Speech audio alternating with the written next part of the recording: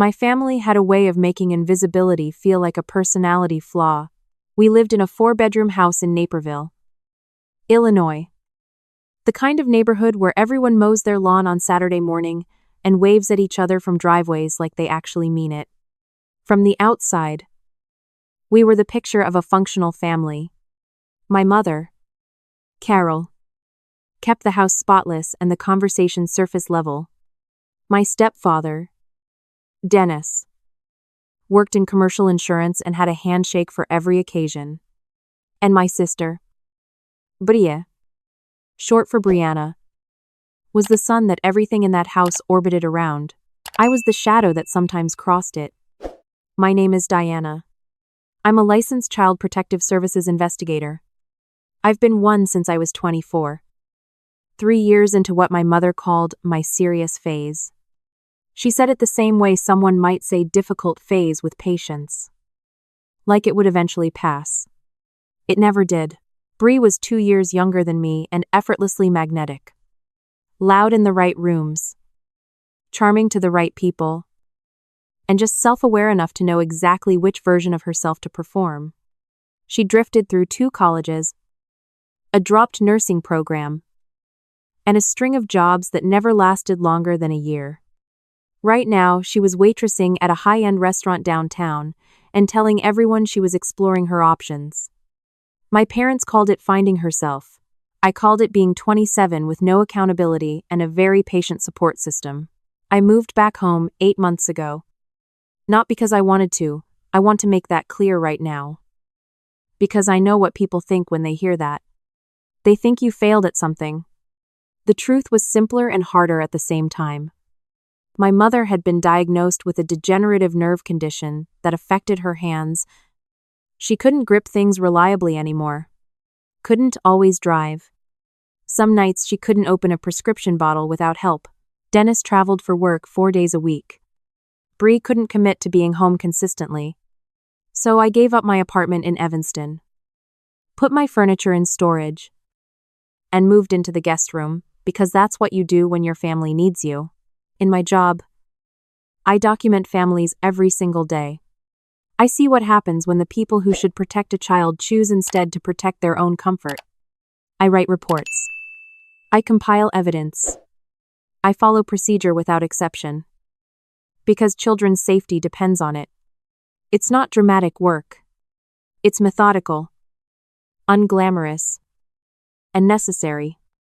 My colleagues respect me for it.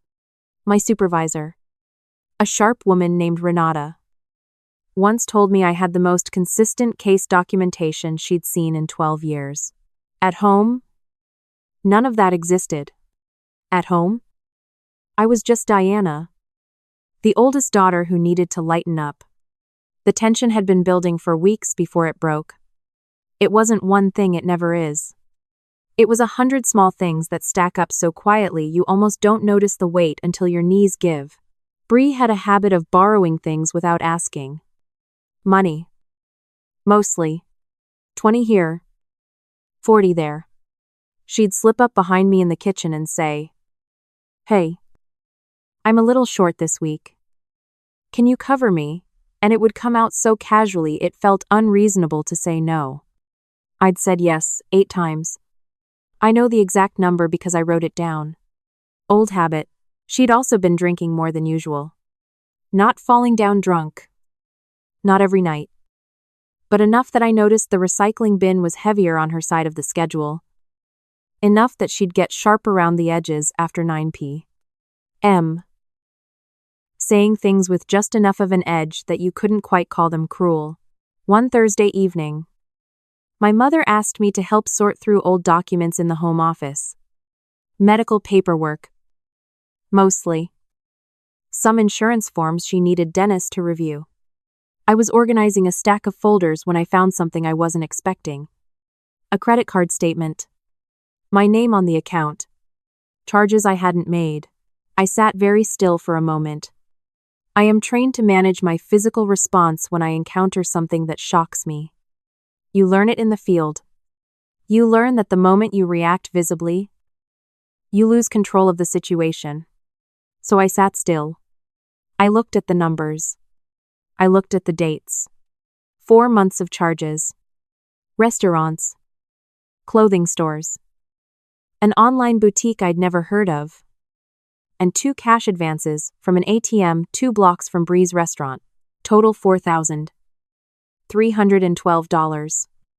I brought the statement to the kitchen where Bree was sitting with a glass of white wine, scrolling her phone. I set it on the counter in front of her and said, calmly, "Can you explain this?" She looked at it. Then she looked at me. Then she laughed. Not a small laugh. A real one. Startled and incredulous. Like I'd asked her something absurd. I was going to pay it back. You used my card without asking me. I had access to it. You left your wallet in the junk drawer twice. Having access isn't permission. She rolled her eyes so hard it looked like it hurt. Oh my God. You sound like a report right now. You know that everything's a case with you. She picked up her wine. I was going to pay it back. It's not a big deal. I told her it was over $4,000. She shrugged. An actual shrug. I've been stressed. I've had a hard few months. I stood there, looking at my sister, trying to understand how someone could sit in a lit kitchen, shrug at $4,000, and reach for their wine glass. My mother appeared in the doorway then, alerted by the tone of our voices. And the moment she saw my face and the paper on the counter, her expression shifted into that practiced, smoothing over look she'd been perfecting for 20 years. What's going on? Girls, I explained. Calmly. With the statement in hand, my mother looked at Bree. Bree gave a small, helpless shake of her head, and my mother turned to me with the gentlest voice she owned and said, Diana. She said she'd pay it back. Can we not make this bigger than it needs to be? Make this bigger? $4,300.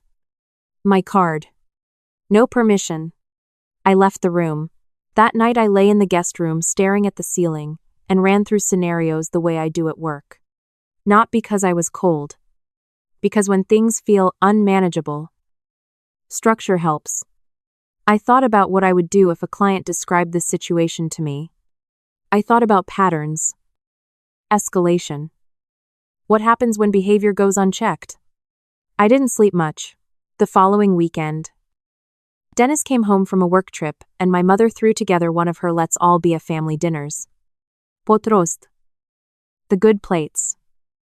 Everybody sitting down together like we were a Norman Rockwell painting with better lighting. Bree came in 40 minutes late, still in her work clothes. And my mother didn't say a word except, "Your plate's in the oven." Honey. The conversation moved the way it always did. Bree talked about a regular customer at the restaurant who'd left her a $200 tip. Dennis asked about her plans. She gave the same performance she always did, a lot of words that meant nothing, delivered with total confidence. My parents nodded along. Then Dennis looked at me. So you're still doing the social work thing, Child Protective Services, Investigation Division. He cut his pot roast. Must be depressing. All those sad cases. It's important work. I said. Bree looked up from her phone under the table. Di had this one case last year where a kid got taken from his mom and then the mom sued the county. She said it the way people say things they know will land wrong. With the casual timing of someone who's been waiting for an opening, turned out to be this whole thing. She almost lost her job. Right. I set down my fork. I didn't almost lose my job. The case was reviewed and my documentation was upheld. She shrugged. That shrug again. I'm just saying it's not like your job is perfect either. My mother said. Softly. Brie. Bree raised both hands. What, I'm just making conversation. Dennis went back to his pot roast. My mother changed the subject to a neighbor's new fence. And the meal continued. The way everything in that house continued, the tension quietly absorbed. Smoothed over. Redirected. Never addressed. 2 weeks later, Everything broke open. It was a Friday. I'd worked a 14-hour shift following up on an emergency removal, a situation I can't describe in detail, but one that leaves a mark no matter how many times you've done it. I came home exhausted in the way that sits behind your eyes and makes ordinary light feel too bright. Bree was in the living room with two of her friends. All three of them surrounded by wine bottles and the debris of a delivery order nobody had cleaned up. My mother's medical paperwork was on the couch, her medication schedule. Her specialist's notes shoved to one side to make room for takeout containers. I moved the paperwork to the coffee table carefully. Like it mattered. Which it did. Bree's friend laughed at something on someone's phone. I went to the kitchen to find something to eat and heard Bree's voice float in behind me. That's my sister. She investigates families for the county. Basically a professional snitch. Her friends laughed. I stood at the open refrigerator for a long moment. Then I closed it and went back to the doorway. I'd appreciate it if you didn't describe my job that way. Bree looked at me with that glassy, after 3 glasses expression. Relax. It was a joke. It wasn't a joke. It was accurate to how you see what I do. And I'd like you to stop. One of her friends went quiet. The other looked at her phone. Bree stood up. She wasn't unsteady. Exactly. But she had that quality of taking up slightly more space than usual. The way alcohol makes some people expand. You know what your problem is, Diana. You walk around this house like you're writing a report on all of us. Like we're one of your cases. She came closer. We're your family. Not your clients. I know the difference. Do you? Her voice dropped. Because you've been documenting me. I found the notebook. She was talking about the small green notebook I kept in my nightstand dates. Amounts. Observations. I kept it the same way I keep my case notes. Because that's how I process things. Because I've learned the hard way that memory isn't reliable and paperwork is.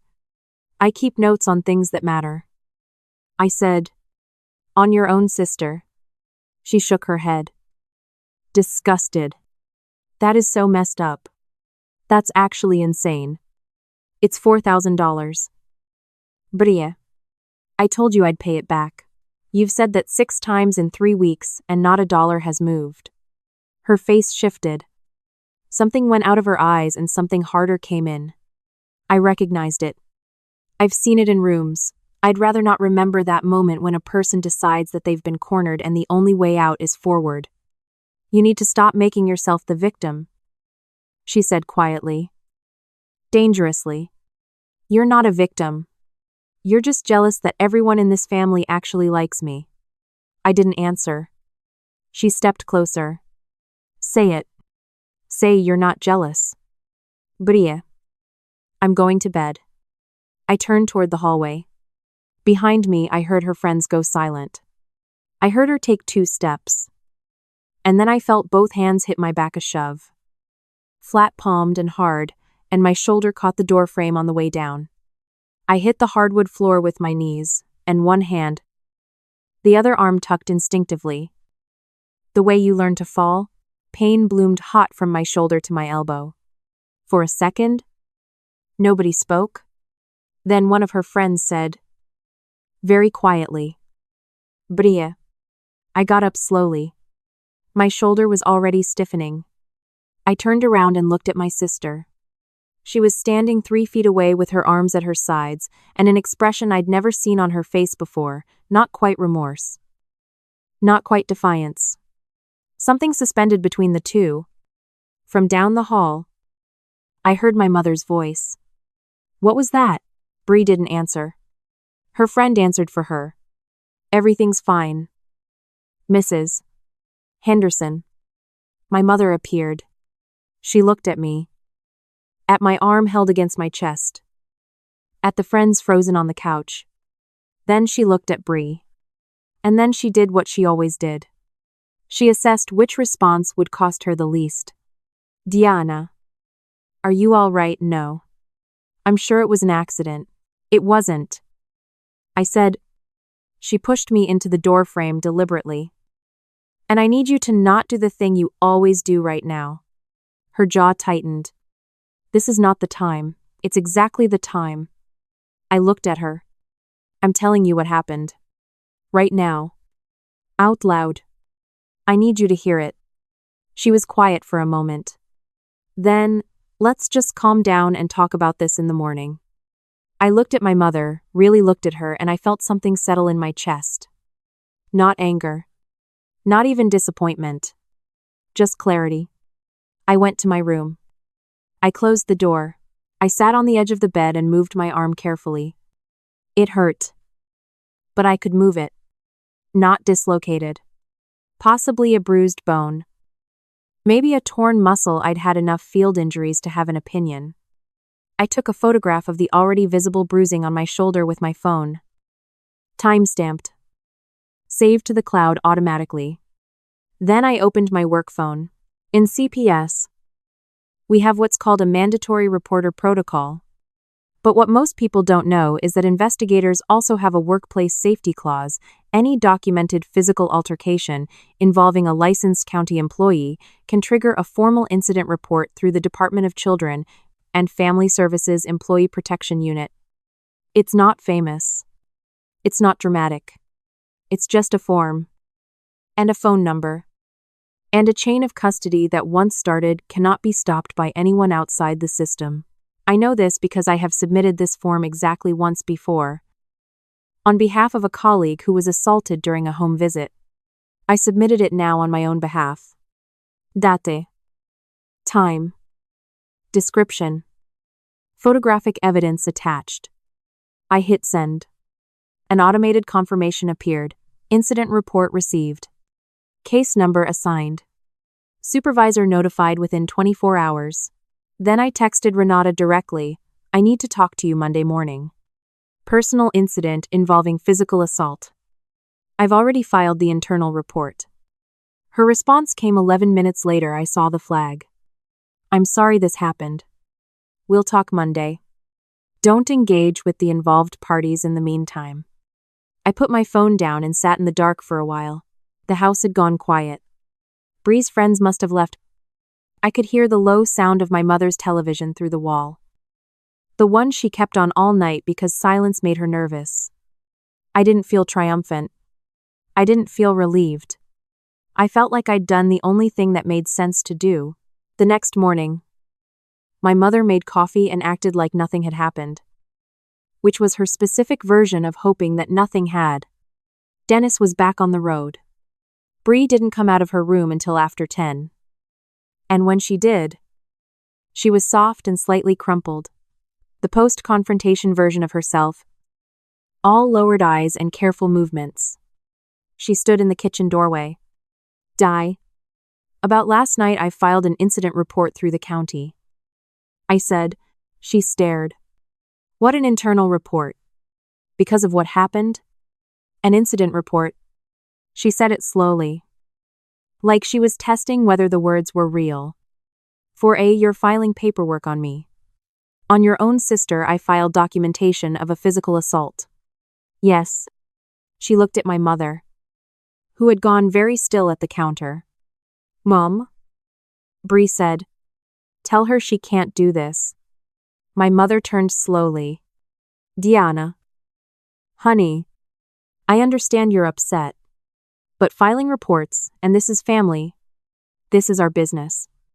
It's also county business when an employee's assaulted. I said, that's not a choice I made. It's a policy that exists. Bree's voice rose. You are unbelievable. You know that everything is always a procedure with you. You can't just be a person. You can't just talk to me like a normal sister. I tried talking to you for 3 weeks about $4,000. I tried talking to you last night before you pushed me into a door frame. I tried to have normal conversations at every dinner in this house for the past 8 months. So don't tell me I didn't try. Her eyes filled. I knew this version of Bree. The tears were real, they usually were. That didn't mean they were about me. I didn't mean to hurt you. She said. I was frustrated. You make everything so hard. I looked at her. I make accountability hard. That's different. She cried harder. My mother moved toward her and put an arm around her shoulders. I went back to my room and called my friend Carla, who was also a licensed social worker and had seen more family theater than most therapists. She listened to everything. Then she said, "You know the report goes to the department supervisor and potentially to HR. Right, this won't stay internal." I know. Okay. Just making sure you're clear on what you started. I'm clear. What followed was 2 weeks of a very specific kind of quiet, the pressurized kind, where everyone is aware of something happening, but no one can talk about it directly. Bree called our aunt twice. My mother spoke to a family friend who apparently advised her to get Diana to drop it. Dennis came home one weekend and took me aside with his reasonable man voice and said, "Look, I get that you're upset. But Bree's already a mess over this. You have the power to make this go away." I told him I hadn't created anything that needed to go away. He sighed the sigh of a man who considered conflict a management problem. "You're both acting like children," he said. "One of us pushed the other one into a door frame." I said, "That's not symmetrical." He didn't have an answer for that. Meanwhile, the county moved at its own pace. My supervisor Renata called me into her office on the Monday I'd promised. She was composed, professional, and direct, the qualities I valued most in any room. She reviewed the incident report, my photographs, my written account. She asked clear questions and wrote down clear answers. At the end, she said, "I want you to know that how you handled this, the documentation, the immediate report, the photographs is exactly correct. That doesn't make it easy, but it's right. Thank you," I said. She folded her hands. "The department has an obligation to follow up. This will be referred to HR and, given the financial component you also documented, potentially to a county attorney for review." The financial component. She meant the credit card. Because I'd included it in the incident report. Because I document things. Because that's what I do. Bree got a call from a county HR representative 9 days later asking her to come in for a voluntary interview. She didn't come in voluntarily. They made it mandatory. Her lawyer, a man her father's golf friend, recommended. From what I heard, tried to characterize it as a family dispute that had been blown out of proportion by someone with a professional tendency to over-document. The HR investigator, a patient and precise woman named Gloria, asked him at what point using a family member's credit card for $4,000 without consent and then shoving that family member into a doorframe could be classified as below the threshold of documentation. He didn't have a clean answer. The day of the formal hearing, I wore my work clothes not because of symbolism, but because I'd come directly from a home visit and hadn't had time to change. I sat in a county building conference room that smelled like carpet cleaner and waited. Renata sat beside me. Gloria sat across from us. Bree came in with her lawyer. My mother had wanted to attend. She wasn't permitted. Bree looked smaller than she usually did. Not physically, but in the way people look when the room doesn't bend toward them the way rooms usually do. Her lawyer did most of the talking. He was smooth and practiced, and I could see him building toward the same framing they always use: emotional, impulsive, family stress. No malice intended. Gloria opened the file. She laid out the incident report, the photographs, the time-stamped credit card statement, the text message chain I'd provided in which Bree confirmed, in writing, that she knew the card was mine and planned to pay it back, confirming both knowledge and intent. The automated case number from the night of the incident, the response time on my supervisor notification. The lawyer started to speak. Gloria held up one hand. "I'm not finished." She continued reading from the file. The bruising photographs. My medical assessment. I'd gone to urgent care the Monday after and had a partial rotator cuff strain documented, which I'd added to the file. The urgent care record. Time-stamped. matching the injury location described in the incident report.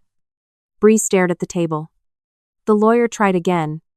My client's position is that this was an emotional altercation that, Mr.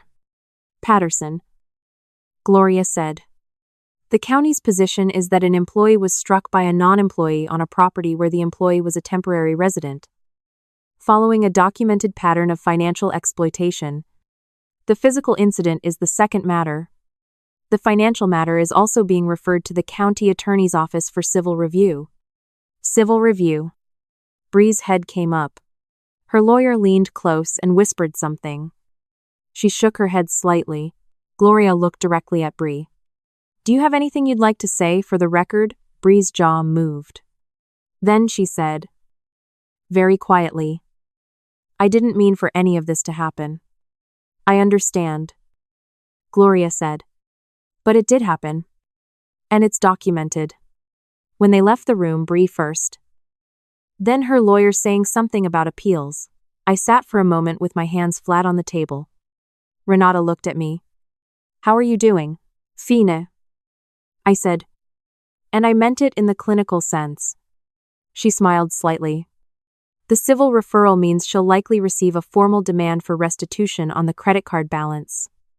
It may not go to court, depending on whether she pays it, but she can't ignore it.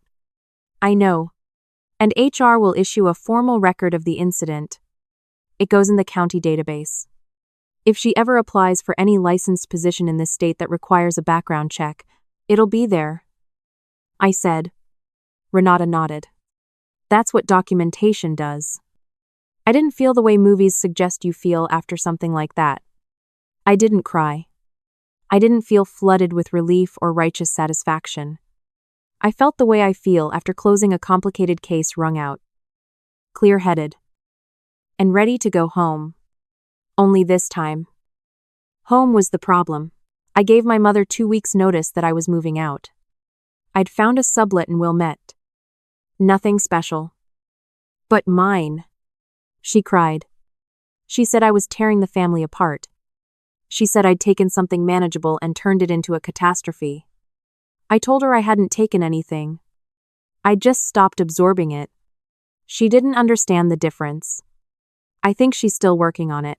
Bree paid back $4,300 in 2 installments over 6 weeks. I don't know if she did it out of genuine remorse or because the county attorney's referral scared her or both. I didn't ask. I deposited it and noted the date. I moved into the Wilmette apartment on a Saturday morning in October. The sublet came partially furnished a couch that was ugly but comfortable. A small kitchen table. A bedroom with a window that faced east, so the morning came in clean. I made coffee with the cheap machine I'd kept in storage and sat at the table in the quiet. My phone had 3 unread messages from my mother. 1 from Bree. I read none of them. Instead, I texted Carla, I'm in. It's quiet. She replied, good quiet or empty quiet. I thought about it. Good quiet. The kind you earn. My shoulder healed fully by November. The scar tissue isn't visible. But I can feel it when it's cold, a faint tightness that reminds me where the edge of things used to be. At work? Renata put me on a new case assignment, a training rotation where I'd mentor 2 newer investigators. She said I had a particular skill for documentation under pressure. The kind that holds up in rooms where people are trying to pull it apart. She said it like a compliment. It is one. The first thing I told the new investigators was this: write everything down. Not because you want to build a case against someone. Not because you're suspicious. Because the truth is only as durable as the record you keep of it. Feelings fade. Memory shifts. Documents stay. One of them, a young woman named Priya, who reminded me uncomfortably of myself at 24, asked, is it hard to stay objective when it's personal? I thought about my sister's hands hitting my back. I thought about my mother's voice saying it was an accident. I thought about Gloria laying photographs on a table in a county conference room while a lawyer ran out of things to say. It's not about objectivity. I said, it's about accuracy. You can feel everything and still write it down correctly. Those things don't cancel each other out. Priya wrote that down. I noticed. It meant something. The last message I received from Bree came on a Tuesday evening in December. It was short. It said, I know you did what you had to do. I don't think I understood what that meant about you until now. I'm not asking for anything. I just wanted to say that. I read it twice. Then I put my phone face down on the table and finished my dinner. I didn't reply. Not that night. Some conversations don't need a response to be complete. Some things close, not because someone says the right word at the end, but because the record is already whole. Every timestamp, every photograph, every form submitted at midnight in a guest room in a house that never quite fit me, it was all already there. Permanent and true. Long before anyone decided to acknowledge it. Outside, the first real snow of the season was coming down over Wilmette, covering the sidewalks in something clean and even. I watched it from the kitchen window for a while. The streetlights turned it orange at the edges. I thought about the families I'd visit tomorrow, the reports I'd write, the children whose safety would depend on whether I paid attention and wrote it down correctly. I thought about how lucky I was to understand, early and completely, that the quietest thing you can do to someone who counts on your silence is simply to stop being silent. Then I rinsed my dish, sate my alarm, and went to bed. In the morning, there was work to do.